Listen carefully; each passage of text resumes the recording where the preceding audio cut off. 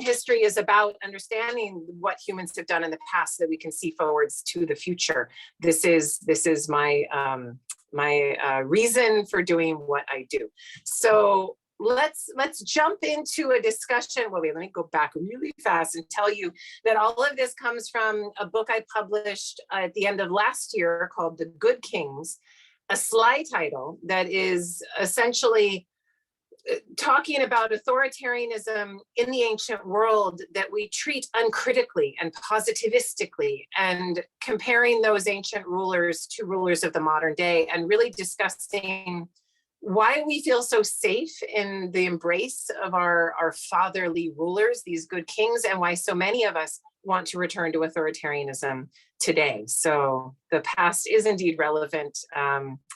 And I hope when we get to the question and answer part, you can all ask me some of the questions that you might have. So we all of us divinize our rulers in one way or another, some more than others. And this idea that the founding fathers were untouchable, or that Ramses II was truly great, all of these things are a part of an ideological divinization. It doesn't mean that you necessarily consider them truly a god, but you consider them uber-human, something very special in some way.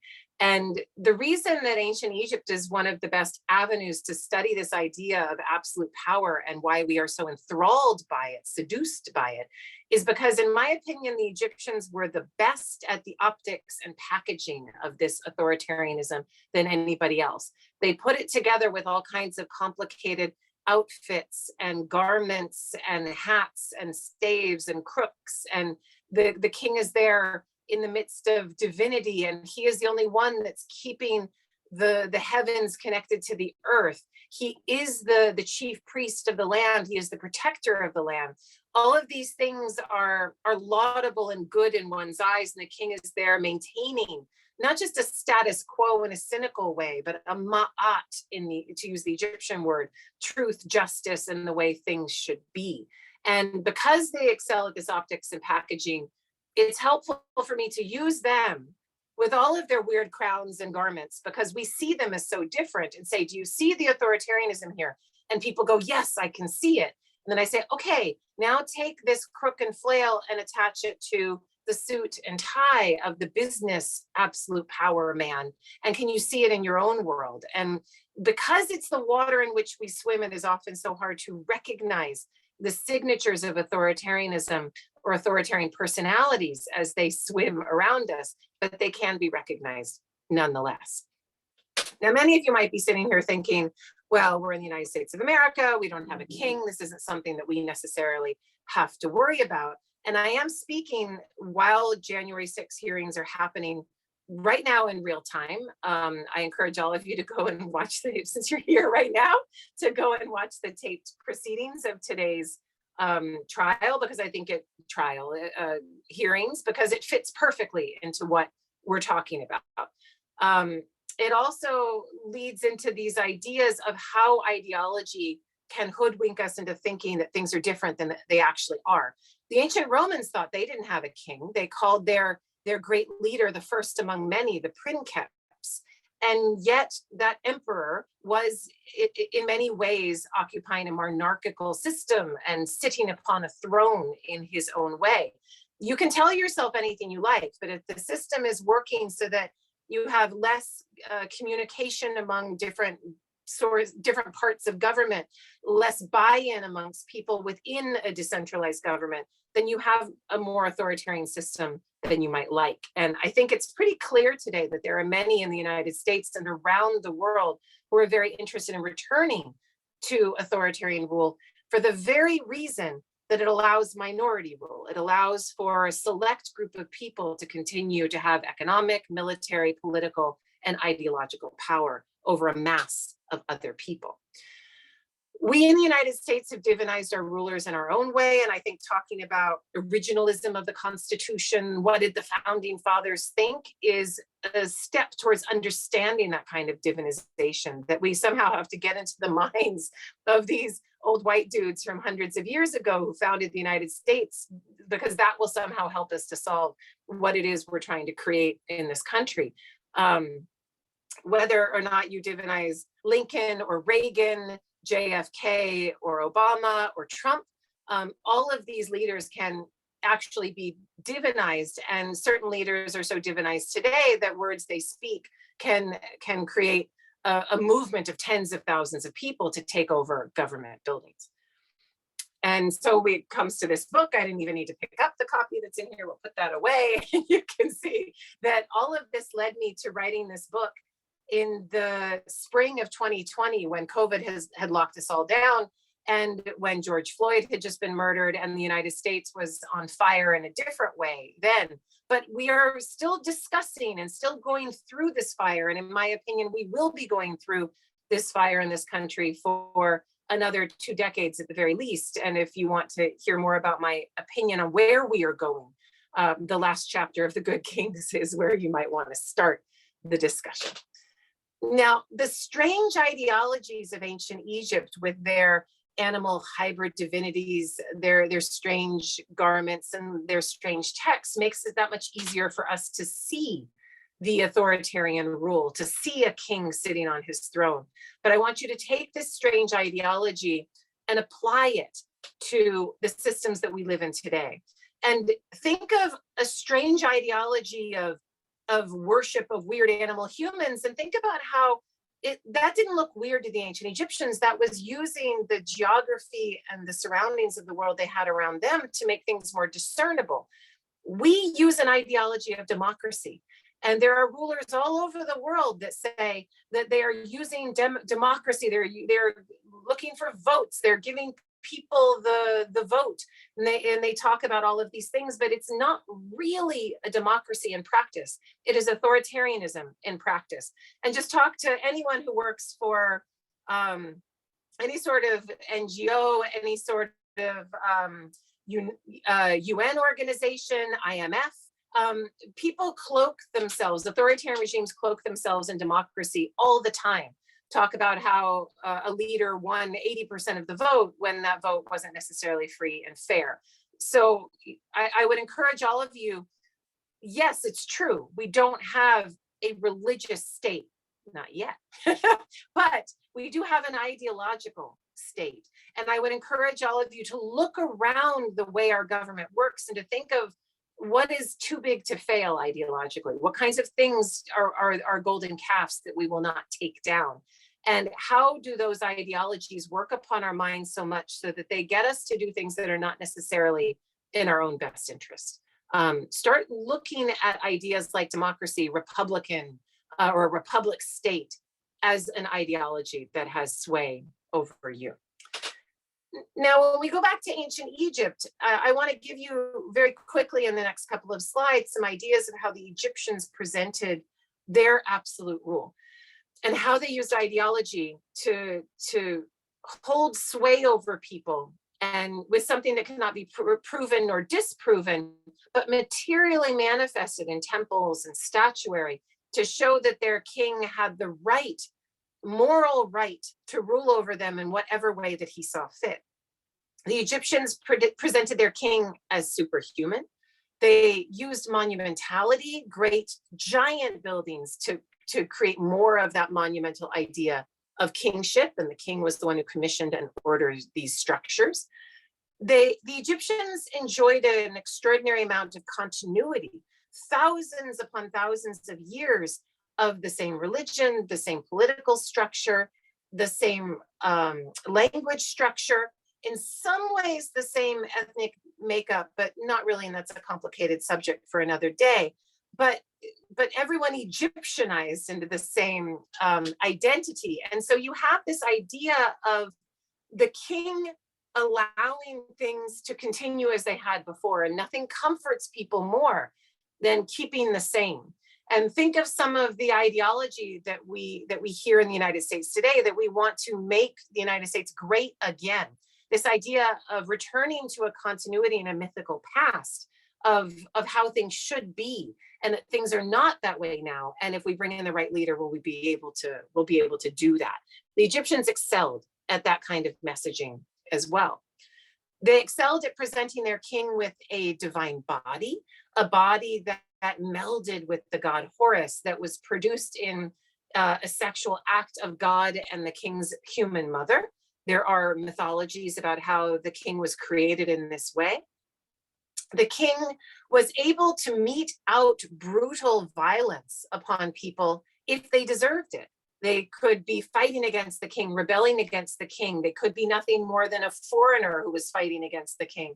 And he is justified in destroying them in whatever method he needs to use. We have these ideas of the strong leader who is invariably masculine, who is that stereotypical man who, no matter what his age, can remove his shirt and show himself as youthful and fit. And of course, you see that I've got Putin here on the left, Thutmose III on the right. It's a wonderful comparison. And I put in the middle Roosevelt, because including FDR here is important, because even though he was, for most of his adult life, relegated to sitting in a wheelchair in public, he would put himself in the seat of an automobile to give himself the stereotypical strong leader look. So we all understand that this is something that makes us feel safe, that makes us feel contained and looked after. We can ask ourselves why that might be as we go through this discussion. Because what essentially we are dealing with are patriarchal systems. Rule by the fathers. That's what patriarchy means in Greek. And before you all freak out, this is not a man-hating lecture. Men suffer just as much within patriarchal systems as women do. And just to give you a few examples of patriarchal systems that have caused incredible harm to men whom I know and who are in our societies, I'll give you the Roman Catholic Church and Boy Scouts of America. Both patriarchal systems that are ruled by the fathers, that have a certain number of minority men in control, in which power is wielded in an authoritarian way or by an authoritarian personality, in which speaking up or having some sort of pushback is very, very difficult. And these are the kinds of patriarchal systems that also held sway in ancient Egypt, in ancient Greece, in ancient Rome, in ancient Mesopotamia, throughout the ancient global world, in ancient China and ancient Persia. And lest you think we are any different, and maybe the overturning of Roe v. Wade has helped you to see this in that way, but patriarchal systems very much hold sway in the global world today. I know of no matriarchies in existence. If you have a matrilineal society, that doesn't mean it's a matriarchal rulership. And even in hunter-gatherer societies, I know of no matriarchies. I only know of more egalitarian societies, but none that were actually ruled by women. There's reasons for that as well, but we'll move along in our discussion of authoritarianism in ancient Egypt and today. Now, these kings, these authoritarian rulers, they seduce us with their riches. Here you have an image of Howard Carter looking into the shrines of Tutankhamun.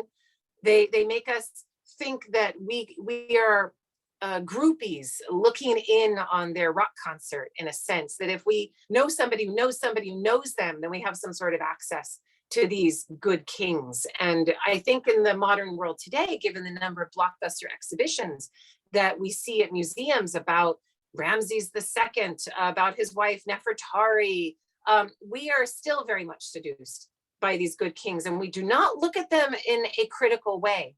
We consume their treasures with a joy and abandon like we would attending a Rolling Stones concert. It's not something where we go to an ancient Egyptian exhibition at a museum and go, oh my God, these kings, who would do things like this? Maybe if you grew up Jewish and you celebrated Seder's, you celebrated your Passover, you might talk about authoritarianism in a different way, but maybe not. It's interesting to see how we fall in line as good followers of the absolute ruler through our own ideology and our own political systems.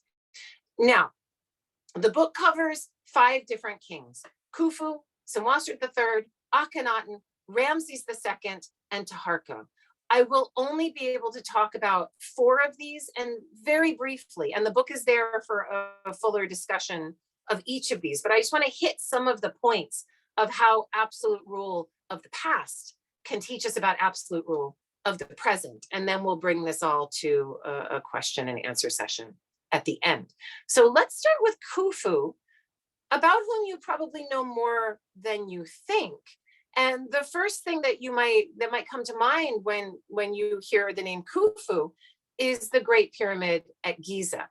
Khufu didn't invent the pyramid. It was his father, Snefru, we think it's his father, who invented the straight-sided pyramid. And it took him 3 tries to get this pyramid engineered. A huge amount of trial and error went into building the first straight-sided Egyptian pyramid. And once that was done, Khufu was able to really take this idea and run with it. And his pyramid is there at the far end of this slide. It's the tallest of the 3, though it doesn't necessarily seem like it from this angle. And Khufu's pyramid is something that still overwhelms us ideologically. So if you're still there thinking, well, my ideology doesn't invite authoritarianism, I would never be so silly as to believe that some human was greater than me. Well, I would remind you that the History Channel still has a television show on it called Ancient Aliens, and that there are still many people who believe that the pyramids are so perfect and so amazing in their engineering that they were built by superhumans, non-humans, aliens, Atlantis. Others believe that they were engineered to create energy, limitless energy, and if we only crack the code, we'd be able to figure this out.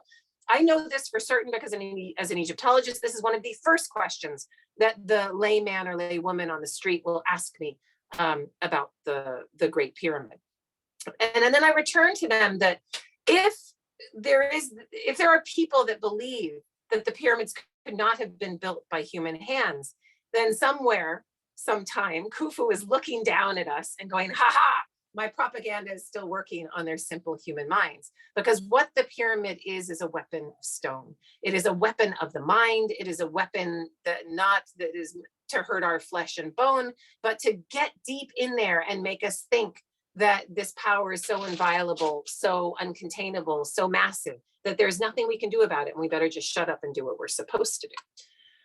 And here's some ideas of just things that I pulled from the internet, as one can, about how it's a power plant and the aliens built it, and all these different things about the pyramid that millions of people still believe.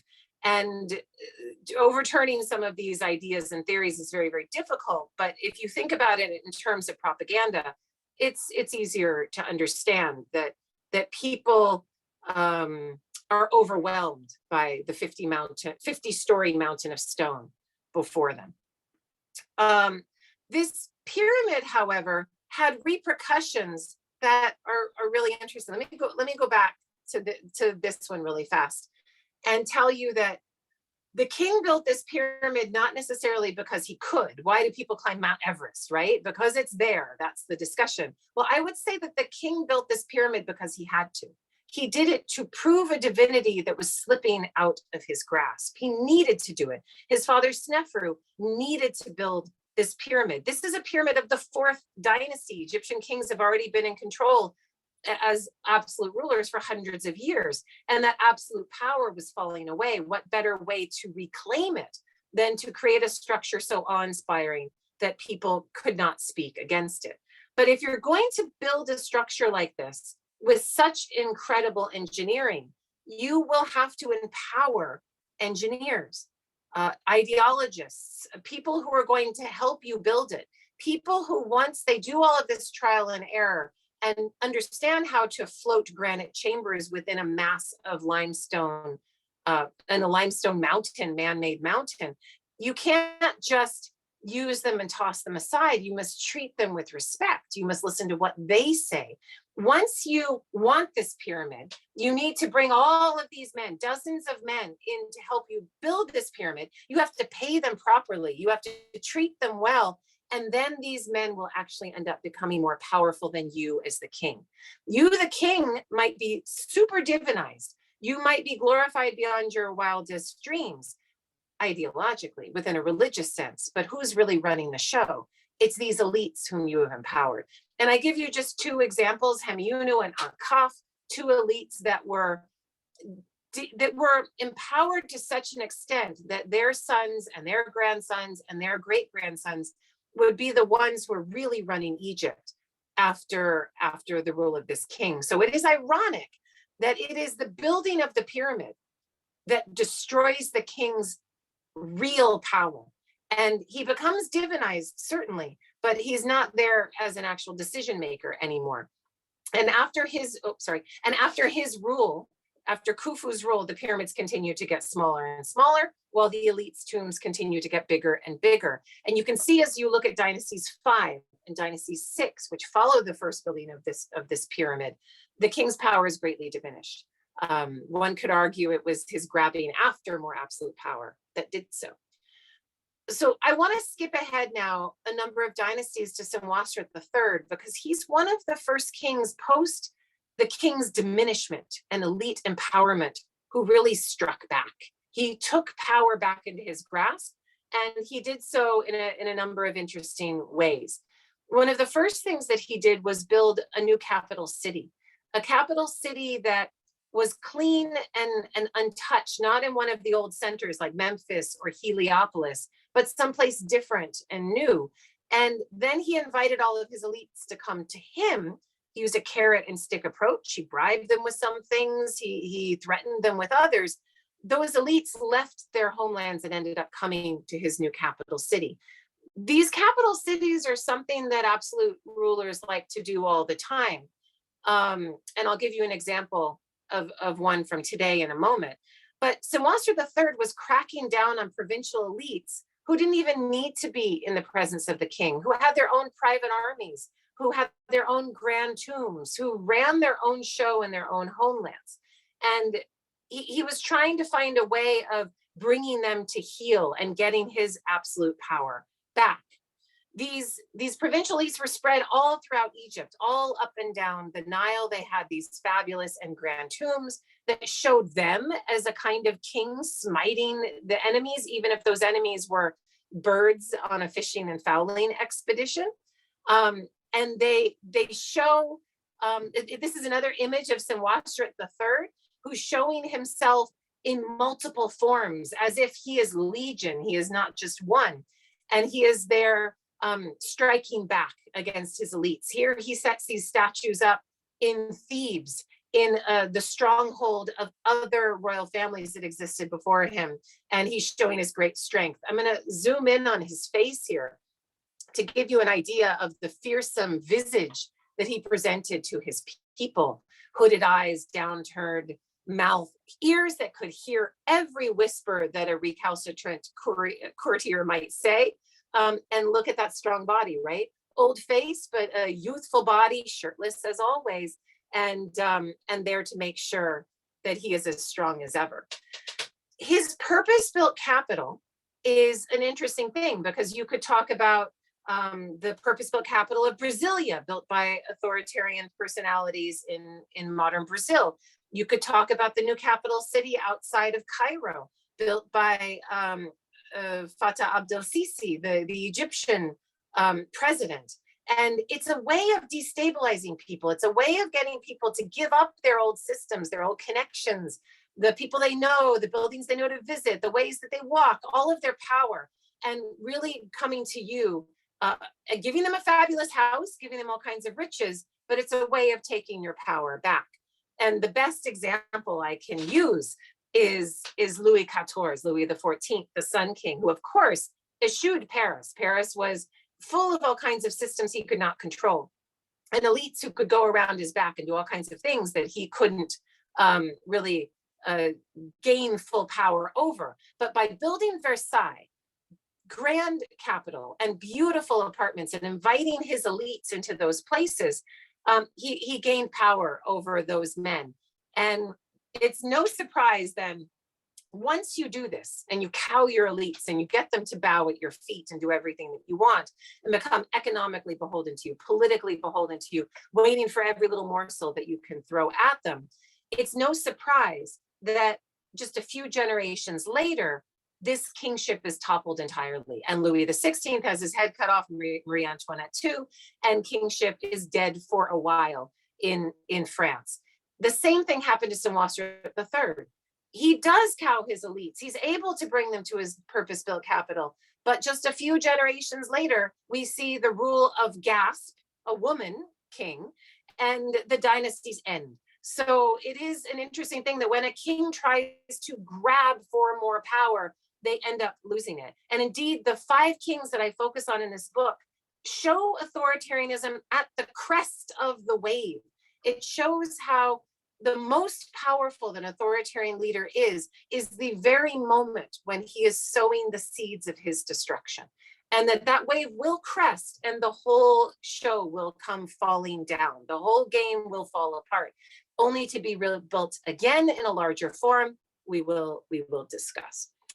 So we move on to Akenhaten, a king of a different kind, but an authoritarian for certain, but an authoritarian, not one necessarily building grand structures, not one who necessarily needed his elites to come to him at all costs, but an authoritarian of the mind, one who wanted to control the religion of his people and wanted to impose a new religion from the top down. He started out with a different name, Amenhotep IV, and he started out with a normal look to his body and his face, and he ended up creating a new look for himself and a new name, and imposing top-down religious impositions unlike any king before him.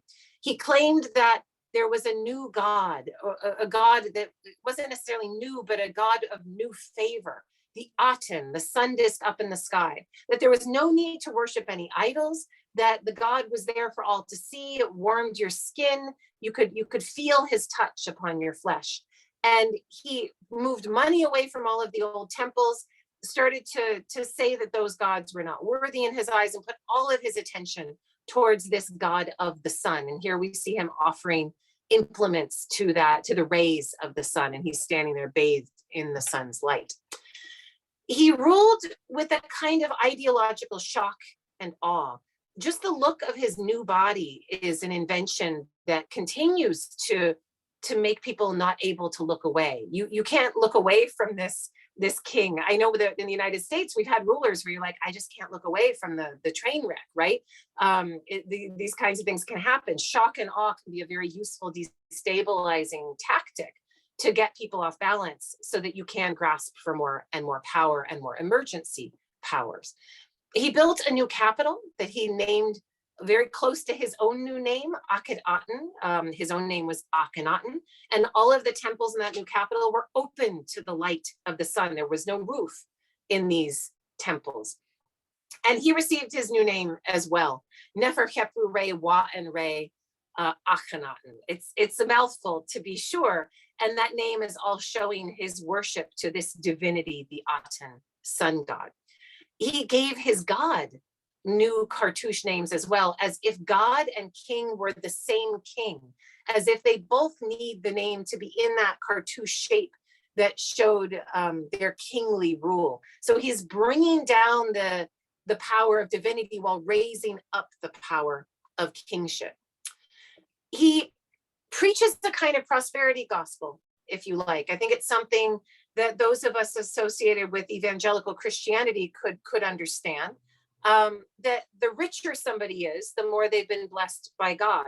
And here we see an image of the temple filled with offerings, every altar stuffed and covered with precious food and put into the open sun so that the sun's rays can consume it.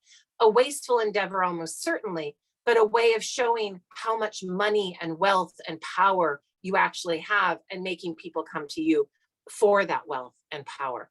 And he depicted his co-option of elites quite directly. Here you can see him and his wife Nefertiti leaning out of their palace window and throwing down solid gold trinkets to grateful elites who are catching them from down below. This is the most perfect image of elite kingly co-option that I've ever found. You do this for me, I'll give you that. It's a brilliant image of populism as well, a way of moving your elites aside and saying, I don't even need you. I need these bureaucrats. I need these lower level priests. They'll do what I want because I reward them, and they will be loyal not to you, you elites, but to me directly. But there was a dirty underbelly to this authoritarianism, and he was also sowing the seeds of his own destruction, even though he found himself at the very top of the wave, at the apex of power. Bioarchaeologists have found evidence of great distress in the bodies of workmen who labored to create this new capital city in about 10 years or less. They have found a graveyard of children separated from any adults who show stress fractures and repetitive injuries that are synonymous with people working in work camp-like conditions. This was a difficult reality, and you wonder how many of his elites were a part of this. They must have been. He must have had dozens, if not hundreds, of good lieutenants doing what he needed, siphoning off wealth to benefit themselves. Meanwhile, the patronage of the system was very much falling apart. And yet, he's creating all of this new, beautiful religious ideology. A hymn to the Aten, you see before you, that talks about God being unique, being one. This King Akhenaten arguably invented the world's first monotheism, the worship of one divinity. And when he invented that monotheism, he was essentially able to use it as a wedge, saying, either you follow this religion, you believe in this monotheism, and you are with me, you are loyal to me, or you are not. And it's often something that absolute rulers do. They create something that's so unusual, so different, that it's a test. It's a way of getting people to decide, are they going to go with the authoritarian leader, or are they going to take their own way? And this is a complicated story that many books have been written about, but we'll leave it there on that authoritarian note.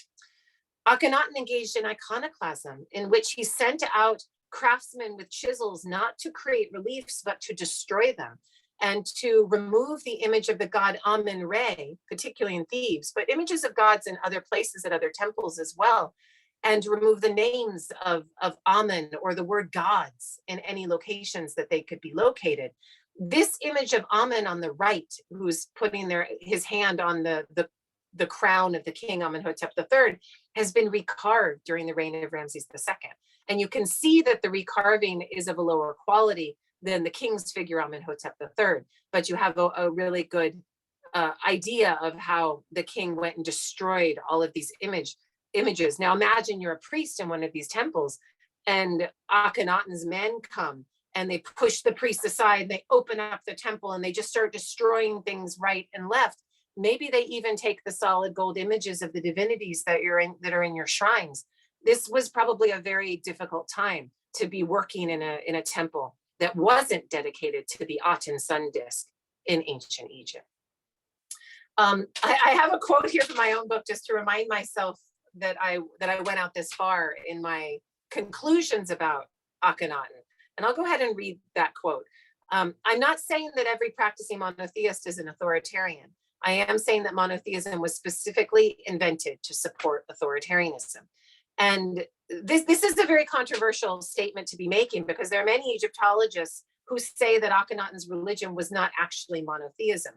I would disagree with that, having grown up Roman Catholic, and saying that in practice, Catholicism is by no means monotheism. You can give a prayer to the Mother Mary, you can give a prayer to Saint Francis, and in the way it works, in its magical realism, it is very much a polytheistic belief. But it is a belief that demands a fanatical subservience to certain kinds of religious understanding. And that is what works so very well for the authoritarian mind. So it's not a surprise to me that something that approaches monotheism was invented by an authoritarian from the top down to create political control. Now, what did this do? How is he sowing the seeds of his own destruction, this Akhenaten? Well, it's interesting to make all of this work. The old elites, they're not the ones who really want to go along with all of this change, this religious change, economic change, a new capital that they all have to drag themselves to. Some do, but most of the elites step back and kind of disappear from our records. Whereas a great number of new men, new bureaucrats, new priests, new military men are upheld by Akhenaten as new leaders. And what you actually see during the reign of Akhenaten is a new respect and reliance upon military leaders as leaders of state. These are the men who are implementing his strategies, who are ruling his regime. And thus we should not be surprised that when Akhenaten dies, it is these very military strongmen who will take over the authoritarian mantle of power. They will drape it upon themselves. And we will see that the next king that we talk about, Ramses II, the so-called Ramses the Great, he comes from a family of mercenary generals of the northeastern delta, Levantine origins almost certainly. And it's this family of military generals that finds great populist power after Akhenaten's regime falls apart. So here we have the mercenary origins of this Ramessid family coming from the northeastern delta, and how they will infiltrate these old elite systems and find a way into Upper Egypt in the south and put themselves into these very old, 2,000-year-old at this point, religious ideologies of kingship. Now, the father of Ramses II, Seti I, he shows himself as a military leader, to be sure, shows himself as a great builder, shows himself making war to create income for his soldiers. This is a wonderful populist strategy. Go to war to make money, bring all of your lieutenants with you, your lieutenants get rich, and your kingship becomes unassailable and your dynasty is very strong through this method of creating power. Here we have Seti I, Ramses II's father, and Ramses II in front of him, standing in front of the names of every king that they respect before them, so that the kings are giving them their baton of power, if you like. And this is being received by these two generations of kings. It is this temple, this image that you're seeing, is located at Abydos, which is essentially where the first dynasty of Egyptian kings found their origins, where they were buried. Seti I and Ramses II knew that their kingship was unusual, that they had a background that people were giving a bit of side eye to, that they were the new immigrants, so to speak, and they were coming into Egypt and claiming all of this ancient power. They needed to build a connection, a bridge to those founding fathers of their own kingship. So they went to Abydos, they went to ground zero where kingship was first founded, and here you see two generations worshiping those kings. Oh, I will point out that Akhenaten's name is not in this king list. He was considered one of the not good kings, one of the bad kings. The female kings like Hatshepsut, her name is also not in this king list. If Nefertiti ruled after Akhenaten's death, she's not in this king list. All of those names are removed. This is a history that has been sanitized, that has been cleaned up, something that we're talking about very much in the United States. What is history? Who writes it? Who owns it? How do we clean it up to retain our innocence, to use that James Baldwin quote, that, not a direct quote, but this idea that white controlling factions in the United States like to tell stories that help them maintain their innocence and not see all of the racism or theft of indigenous land all around their power systems. Now let's get into Ramses II, because he's of great interest to me, and really is a populist authoritarian leader par excellence. And as such, he needed to build as much as possible. Unlike Khufu of Dynasty IV, he's not going to put all of his eggs in one basket. He's not going to put it all into one big structure, that Great Pyramid. Instead, he's building temples all over Egypt. He's putting colossal statues up all over Egypt. And he is very much known for quantity over quality. If it's pretty, doesn't really matter. Is it big? Then I want it. Then it's good. If he needs to reuse statues, then he's going to do that. So I would say more than half of the statues that you see that have the name Ramses II on them were not cut and created specifically for Ramses II, but were actually cut and created by kings who ruled before him. Who's to say he can't do this? He can say, I am the king, I am all of the kings. The king is dead, long live the king, they're all me. And so any statue that is of a dead king can become the statue of the living Ramses II as the good God in their midst. And here we see an example of such reuse. I specialize in the reuse of statues, but mostly of coffins.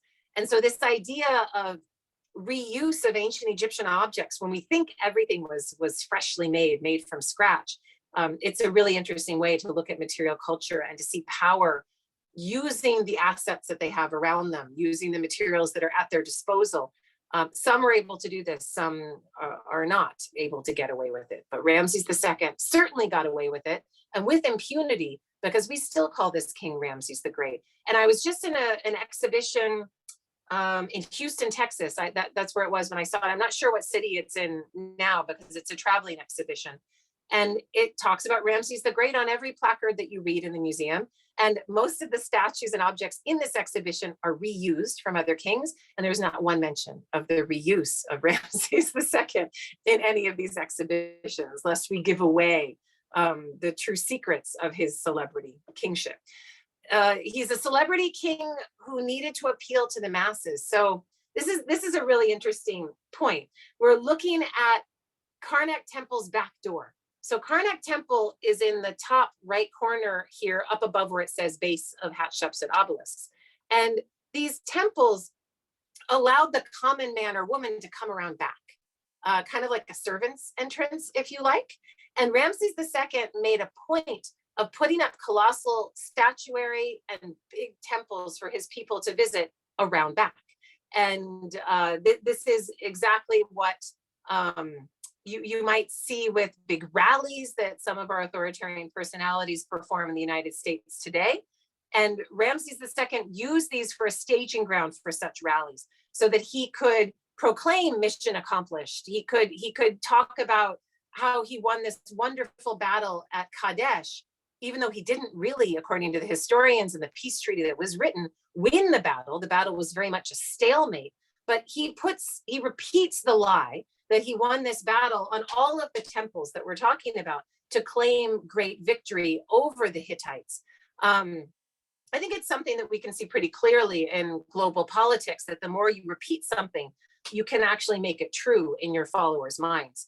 And the Battle of Kadesh is no different for Ramses II, a battle that happened in his year 5, but he just never forgot and always repeated and always showed himself on the chariot as the saving grace that saved the day, but also represented his loyal lieutenants, his base of power all around him in the battle.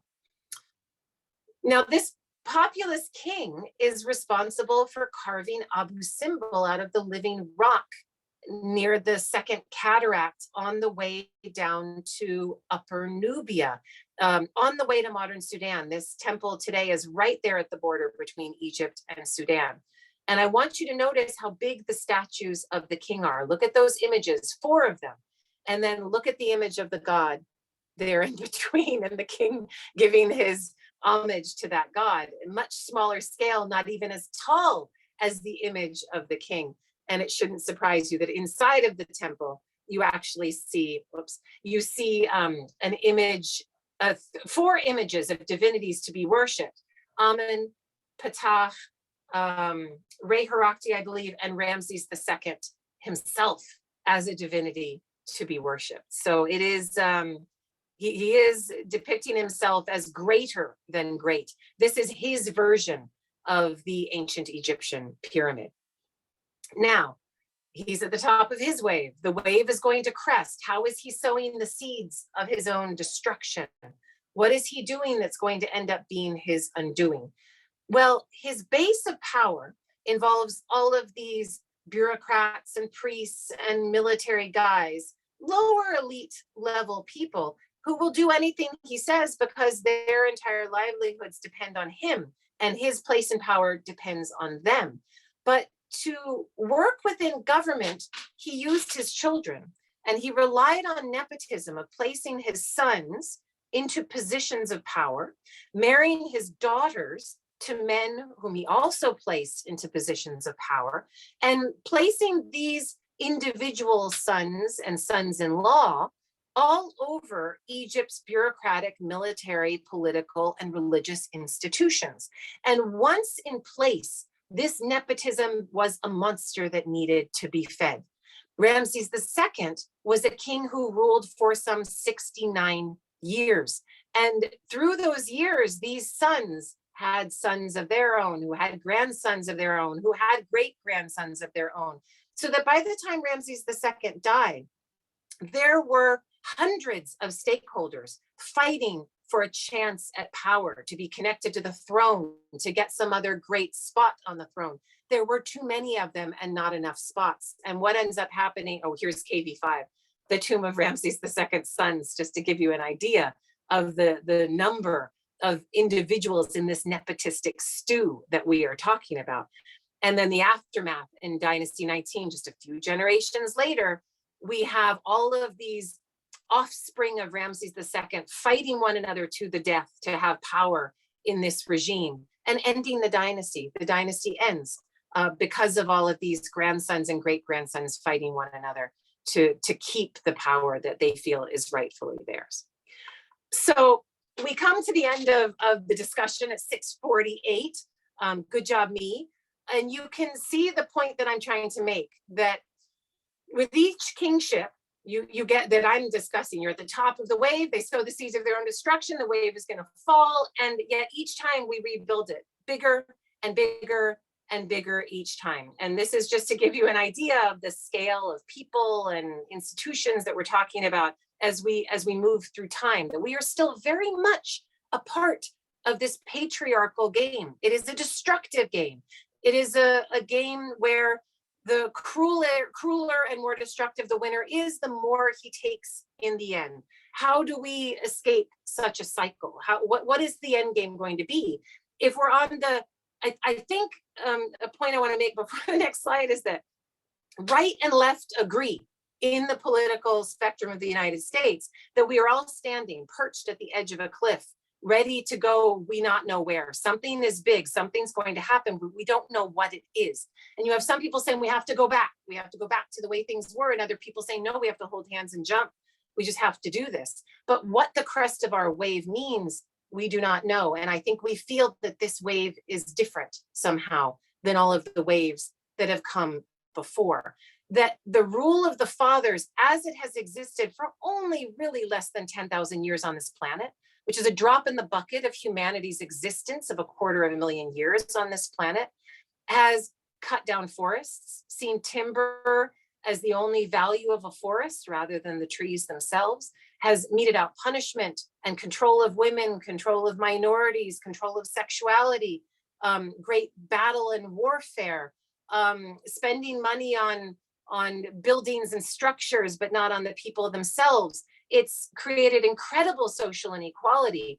How are we going to find our way out of this? We see the dissatisfaction all around us. We see what this patriarchy has wrought us. How are we to move forward? And I will end on this point that the reason I think we cannot rebuild this time, this fall, as we move into recessions, depressions, warfare, and global climate change, the earth has something to say about how much more we can grow. And approaching very quickly 8 billion people on this planet, and given what we all know are real climate change issues that we must face, this is a hard out that the patriarchy is going to have to face. And in my opinion, humanity is at the very beginnings of a new human revolution. If we've gone through the agricultural revolution and we all moved from hunter-gatherers to becoming farmers, it may have taken a while for some people, like here in California, the agricultural revolution arrived much later, but arrive it did. We have gone through the industrial revolution, which created the fossil fuel industry that we are all a part of. We are all people of oil and people of gas. The sexual revolution allows me to give this talk to you in the way that I am doing. A technological revolution, I'm going to link that with the industrial.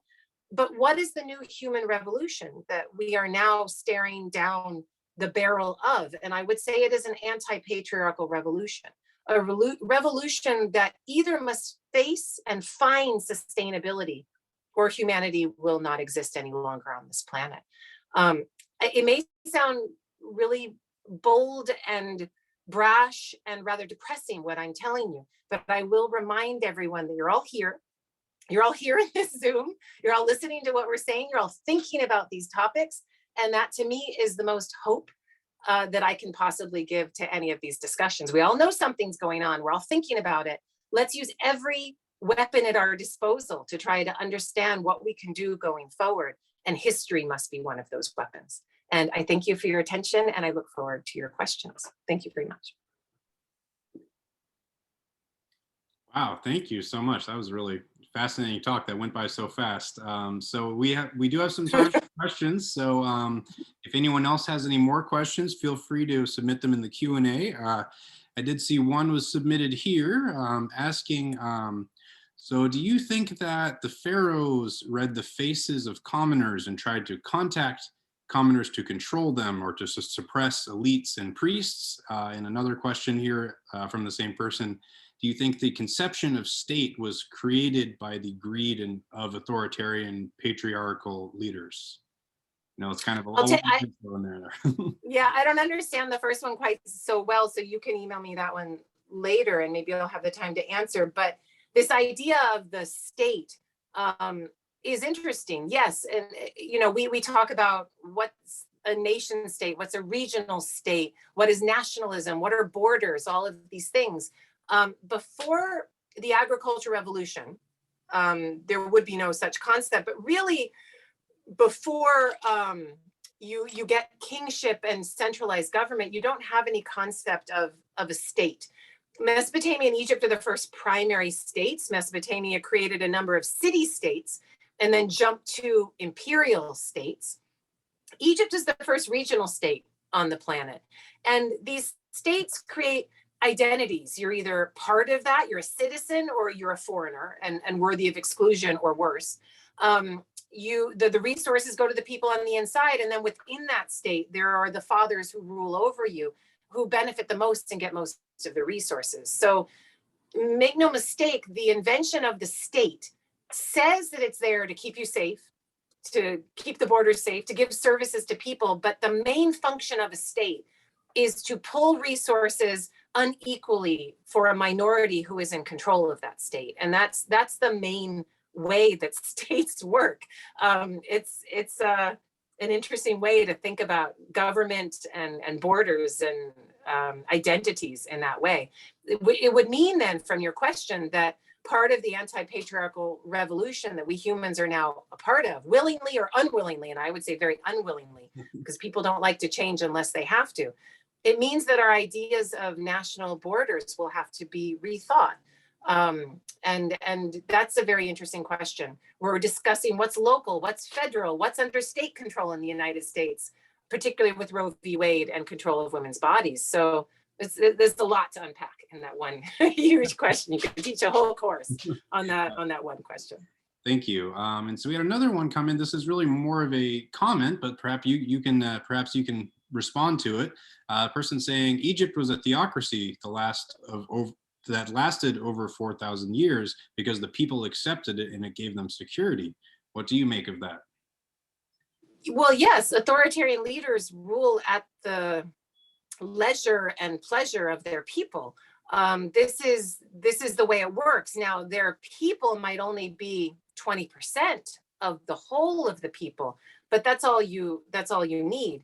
I will say that if you look at any theocratic state, you will see true believers. You will see also an imposition of that belief, imposition of shame, imposition of a threat that you will go to hell, that you will be ostracized, you will wear a scarlet letter A or something like that.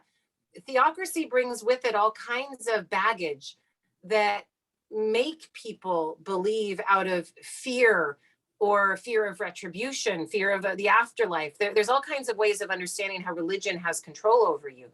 And again, having grown up Roman Catholic and having feared hell for I don't know how many years in my own childhood, it is a very effective strategy.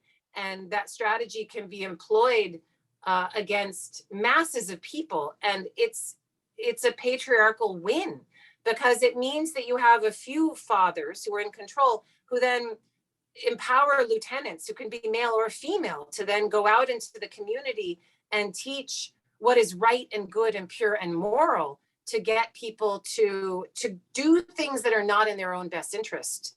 One example would be, say you're part of a religious system that shames premarital sex, and you have a daughter who's had premarital sex. The circumstances of it, she tells you, are one way, but the man who was involved tells you it is a different way. And you feel compelled to ostracize that daughter whom you love. But because it is immoral what she has done, then you will remove her from your sight, send her away to a place where she can have a baby without your sight, maybe not speak to her for a certain amount of time, maybe even in some cultures, kill her if you feel that she's brought enough shame upon your family. That is what religion can do to our minds. It can make us act against our own family members because we think that is what is right. And that's something that I hope all of this audience looks at and thinks about in every aspect of their own lives. All right, let's see. Another question here asking, was King Tut's gold mask reused from Nefertiti? Oh, I like this question. Yes, I think it was. And I hope I've blown a few minds there. And I would encourage you all to look up Nicholas Reeves' article that is published online called The Mask of, I think it's called The Mask of Tutankhamun. But put in mask, Nefertiti, Tutankhamun, Nicholas Reeves, and your Google will find something. But the funerary collection, in particular the nesting coffins and the mask of Tutankhamun, were all reused. And this is something that scholarship does not debate. You can see that there was an old name underneath the cartouches of Tutankhamun's added name. And it's very easy to reuse gold. You remove the gold and put a new name, engrave a new name in its place. Now, who was the name before that? And that's where the Egyptologists really start to get angry at each other. And I always like to say, if you want to start a bar fight amongst Egyptologists, just say something like that question and then back away slowly and see what happens. Because the great debate is who was the king immediately before Tutankhamun. And it seems to be this king named Ankh-Khepru-Re-Smenkhare. Another mouthful, a long name to say. But this Smenkhare shares a name, the Ankh-Khepru-Re part, with a co-king who ruled alongside Akenhaten. That's Ankh-Khepru-Re-Nefer-Neferuat. I know I'm giving too many names, but essentially, it seems that Smenkhare, the king who ruled immediately before Tutankhamun, shared a name with Akhenaten's co-king, who was probably Nefertiti. And thus, I do agree with Nicholas Reeves that the mask and all of the nesting coffins were indeed made for Nefertiti as co-king alongside Akhenaten. And then when she died, were not used for her for whatever reason. And if she was ruling as king, were put away into some sort of treasury storage, and then were pulled out and reinscribed when Tutankhamun died after only 9 or 10 years of rule. That is really interesting. So let's see, we're kind of running out of time here. Do you mind doing one more question? Of course. All right, so let's see. Another question here asking, is there one king or dynasty you feel closely mirrors how things are today? Yes, I think we're in the Ramses II time. Absolutely. We're pre-Civil War of the 19th dynasty at the very end. So yeah, that's where I'm going to go with that. I think that we got a little Akhenaten in there too. And one of the statements that was made by one of your audience was that Egypt believed its theocracy, we don't. And I wouldn't be so quick there. I think there are a lot of Americans that firmly and fervently believe in a religious theocracy or a political theocracy in the United States.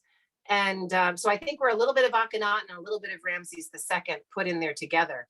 And I think if you read my chapters in the book, you'll get an idea of where I'm going with that. Because what religious leaders, and I mean by this particularly white Christian leaders, and it can be Protestant or Catholic, because the Supreme Court is really stocked with Roman Catholics right now. White Christian leaders have linked the Constitution and this idea of originalism to many sectors of our government in a very convincing way, linking morality and the way things should be done in a religious way to politics. And so I think Akhenaten needs to be brought in there. And then, the populism, the rallies, the quantity over quality, all of these other things the nepotism, that the building of a wall, that links us to Ramses II. So I think that is very much where we find ourselves. It's going to be an interesting 20 years. I would encourage all of you to be curious about what you're looking at instead of fearful, to hold tight to each other instead of arming up, and to look around your neighborhood and your community and think of how you can be more inclusive and how you can help and how you can try to break down the inequality. If there are people listening who have power in economic systems, please ask yourself how more growth is possible, because it's really not. And we must go towards a sustainable model, whatever that is in terms of stock market and corporations. It's the only way forward. So we need a lot of out of the box thinking. Unfortunately, a lot of that thinking will happen through crisis and breakdown rather than through innovation and willingness to change. Wow. Well, I think unfortunately we're running out of time. I could sit here all night and listen to you. This was such a fascinating talk. So I just want to say thank you so much, Kara, for offering this to our community. It was really a pleasure to listen to, and I'm glad I got to chat with you as well. Hey, thanks so much. And I can see all your comments as you write them. So thanks for everyone who listened. You guys have been great, and love all the questions, and go out and serve this battle in the way that you see fit. Yes, and of course your book, The Good Kings, is available at the library, and of course also available wherever books are sold. So is there anything else you wanted to leave us with, or any books you're working on, or anything you wanted to chat about? Oh yeah, my podcast co-host will be so upset that I almost forgot to end on this slide, which is that I have a podcast called Afterlives of Ancient Egypt. And so if you're interested in anything ancient Egyptian or historical, or how the past can be made present to help us understand where we are going, the podcast is a lot of fun. It's me and my co-host Jordan Galzinski, and we just kind of we chat and bring in guests and ask a lot of deep questions and have a lot of fun. Always have wine in hand when we're doing our podcast. Oh, wonderful. All right, cool. Well, thank you so much. And thank you all so much in the audience. I know you would all be giving a big round of applause at this point. So with that, I'll say have a good evening, everyone. And thank you again, Kara. Thank you so much, everyone. It was lovely to see you all, kind of. Bye-bye.